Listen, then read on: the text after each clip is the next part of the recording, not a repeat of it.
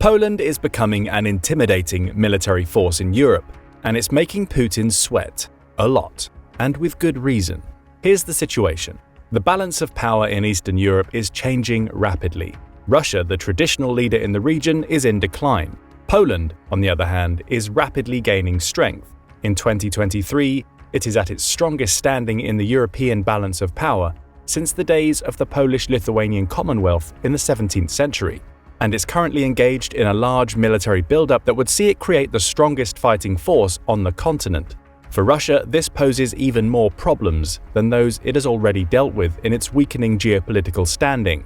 A strong Poland all but guarantees to put a hard limit on Russia's geopolitical ambitions in Eastern Europe and the Baltic Sea. Might we be seeing the beginnings of a purported Thucydides trap scenario in Eastern Europe, where a rising Poland causes fear in the Russian leadership about potentially being displaced as the ruling power in the region? If war did break out, would the Russian military be able to conquer Poland on its own? Let's take a look at the balance of power in Eastern Europe and the Baltic, and how well Russia would do against a much better armed Poland. Poland and Russia have a long history of warfare, with each prevailing over the other on numerous occasions. After the end of the Cold War and the fall of the Soviet Union, Poland went on a spree of breakneck economic growth and joined NATO in 1999. Starting in 2014, Poland began a military buildup. The country had previously been under the NATO guidance of spending 2% of GDP on defense, but in 2022, it spent 2.6% on its military, by NATO estimates. It is increasing its defense spending too.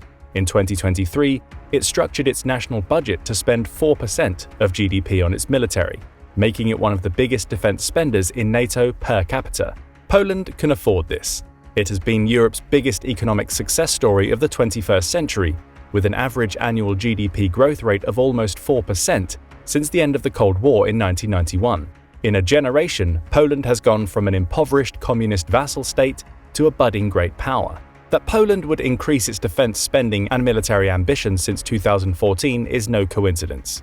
It was the year when Russia intervened in the Ukrainian Maidan unrest, illegally annexed Crimea, and carved separatist territories away from Kyiv's control in the Donetsk and Luhansk oblasts. The Poles, who have a long historical memory, understood what Russia was up to and prepared for a potential confrontation.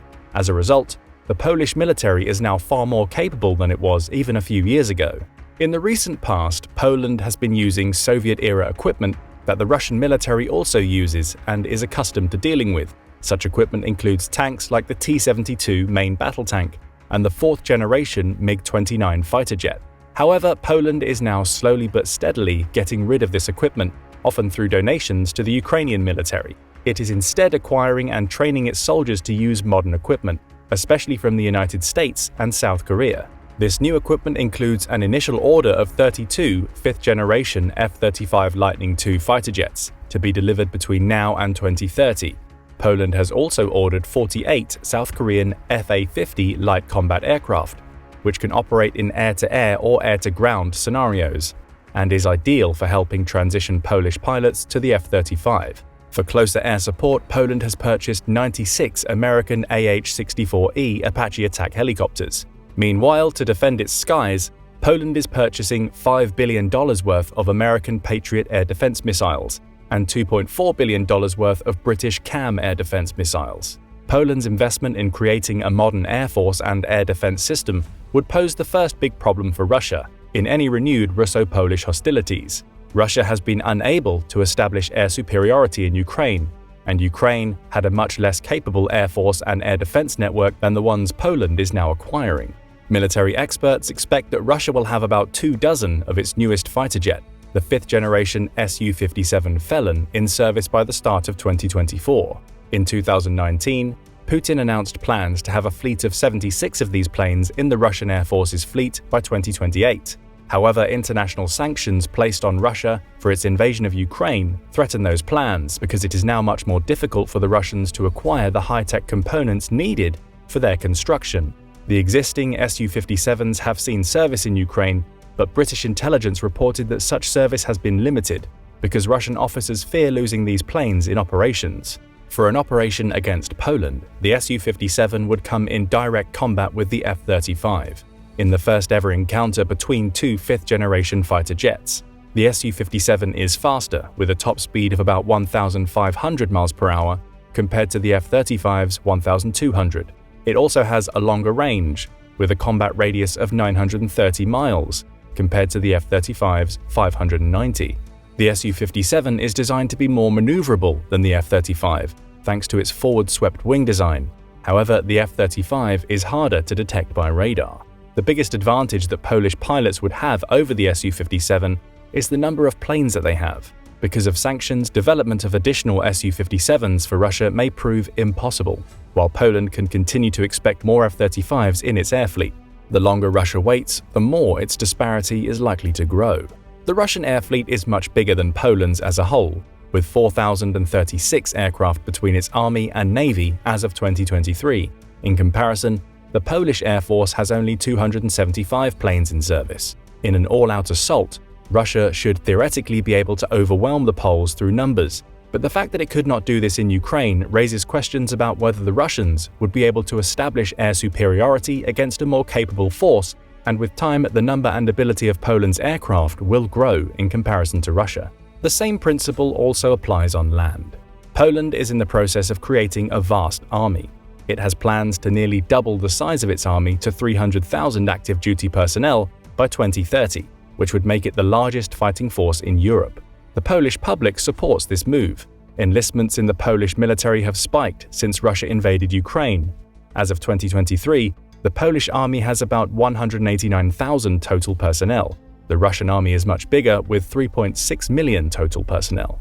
Whether now or in 2030, the Poles would be significantly outnumbered in a Russian invasion. Experts believe that between 100,000 and 200,000 Russian troops are stationed in the Baltic enclave of Kaliningrad, which is also home to Russia's Baltic Fleet and hosts nuclear weapons. The presence of Kaliningrad poses serious geostrategic problems for Poland. The heavily fortified enclave is only 240 miles north of Warsaw. Kaliningrad also sits a mere 40 miles away from Belarus's western border. This stretch of territory is called the Suwalki Gap, and military experts consider it the most vulnerable position in NATO's territory. A Russian offensive westward from Belarus and eastward from Kaliningrad across the Suwalki Gap would, if successful, cut Poland off from its NATO allies Estonia, Latvia, and Lithuania. While those three Baltic states would suffer the worst for it, a successful operation across the Suwalki Gap would deprive Poland of some supplies and military options. Meanwhile, a drive southward from Kaliningrad toward Warsaw would force Poland into a defensive operation to protect its capital. Numerically superior Russian forces would also be far more heavily concentrated in a Polish campaign than they had been in Ukraine, which is much vaster territory. The dispersal of Russian forces across such a large area was one of the reasons why the Russian advance at the start of the war did not come as rapidly as outside observers originally predicted. Poland, with its more compact size, would not have the same luxury. Most of the fighting would take place along the narrower axis between Kaliningrad and the Belarusian border. Belarus's cooperation would be needed in these operations, but for all intents and purposes, it is a Russian vassal buffer state, and leaked Russian documents from early 2023 suggest that Moscow aims to annex Belarus by 2030. While Belarus did not intervene directly in the war in Ukraine, it hosted troops that attacked Kyiv, and it currently hosts over 9,000 Russian troops, with plans to build even bigger bases.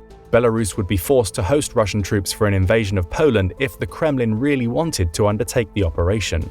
Poland therefore has significant geographical vulnerabilities that would aid the attack from Russian forces which outnumber them.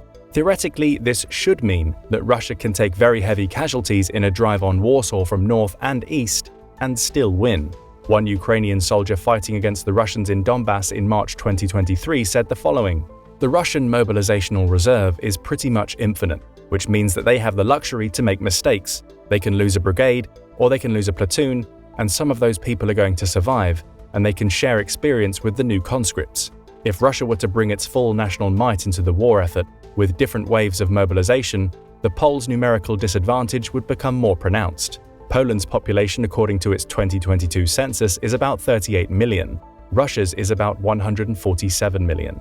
However, as we've seen in Ukraine, the total number of personnel in the military does not equally translate to combat power on the battlefield.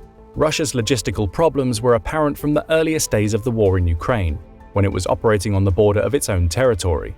Russian logistics for a war against Poland would be even more stretched. The supply lines would be longer, as they would need to go from the vast Russian interior, concentrate in Belarus, and then make their way to Poland. Waterborne supply lines from St. Petersburg to Kaliningrad would be shorter, but the balance of power in the Baltic currently greatly disfavors Russia. The Baltic, for all practical purposes, has become a NATO lake, especially with Finland's entry into the alliance and Sweden's entry pending. These maritime supply lines would be quickly disrupted in the event of a Russian war with Poland, even in the extremely unlikely scenario that NATO does not honor Article 5 commitments. Russian forces operating from Kaliningrad would therefore be difficult to supply unless the Russian offensive can create a land bridge from there to Belarus. Such a scenario would give Poland the opportunity to concentrate vital resources to prevent the Russians from achieving their objective.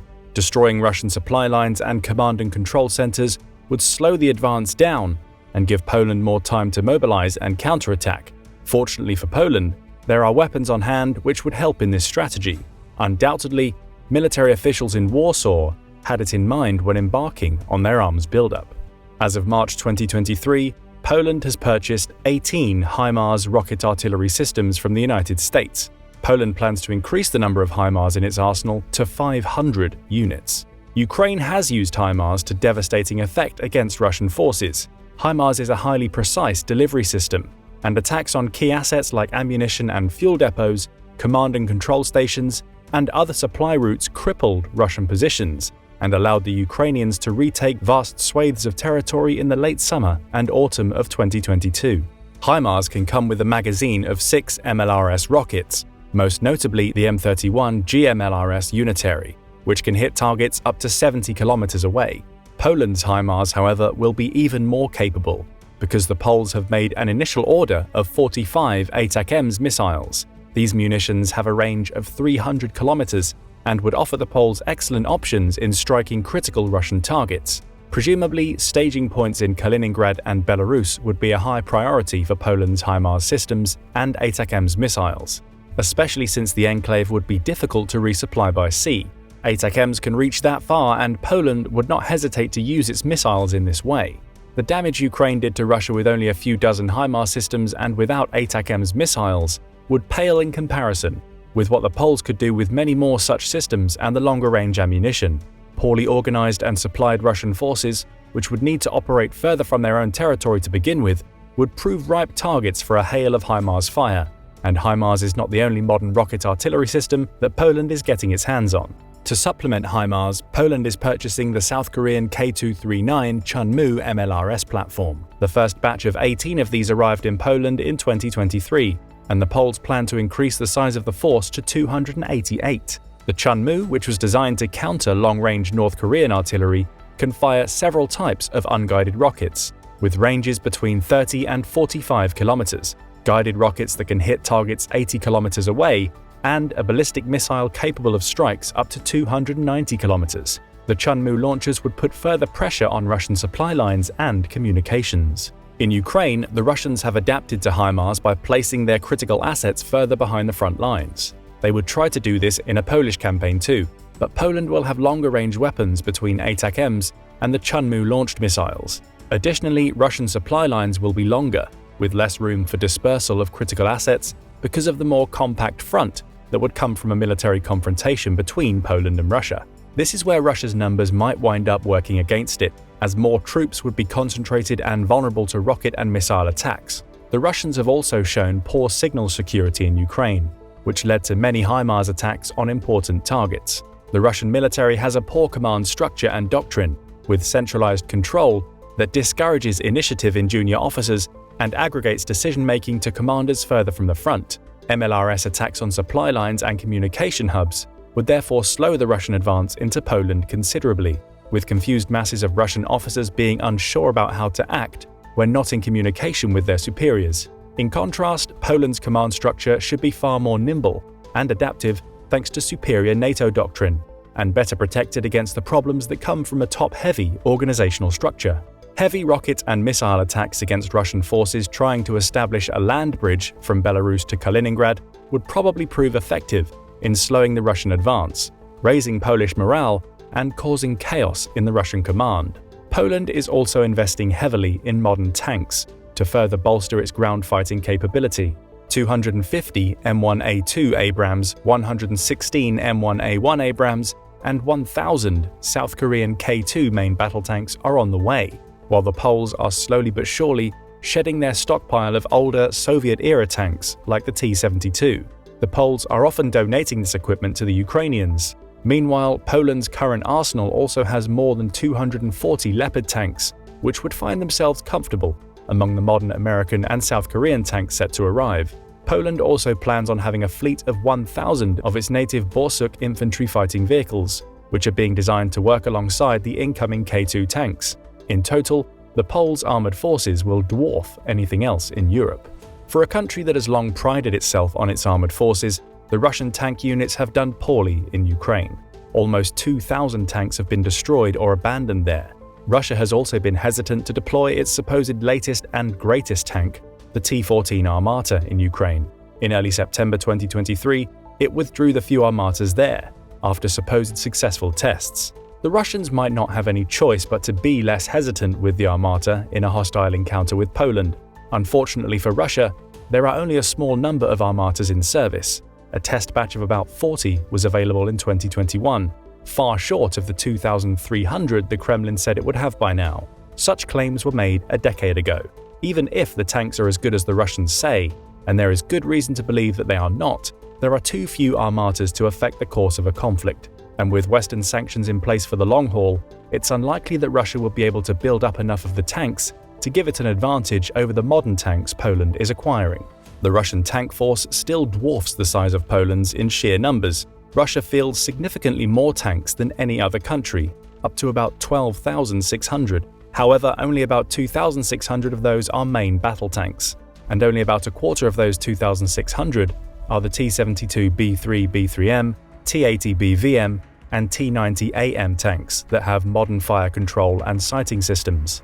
Additionally, those are 2021 figures. Russia has lost many of its best armored assets in Ukraine since then. These tanks will be difficult for Russia to replace thanks to sanctions. Russia can break its archaic tanks out of storage, as it has been doing in Ukraine, but these would be cannon fodder for armored wave attacks to overwhelm the Poles through sheer numbers. On a narrow front, those numbers matter, even though the Russians would take terrible casualties. Russia's ace in the hole may be its preponderance in artillery. The Russian army has always traditionally been an artillery-centered fighting force. The Russian Artillery Corps has about 6,000 gun and rocket systems as of 2023. Poland is modernizing its gun systems with plans to purchase 600 South Korean K9A1 self-propelled howitzers that can hit targets 34 miles away. Russia would have more artillery than Poland in any scenario, but despite what they report about their artillery having one of the world's best fire control systems, Russian gunners are often poorly trained, inaccurate, and following bad doctrine. The result is many wasted shots. This is why, despite their firepower advantage, the Russians have suffered many reverses in Ukraine and have been unable to translate their artillery superiority into decisive victories. There is no reason to believe it would be different in Poland. The narrower front might mean greater luck for Russian artillery, but Polish gunners would almost certainly be more accurate shot for shot than their Russian opponents. In a war on Polish territory, Russia would have numerical superiority in the air and on land.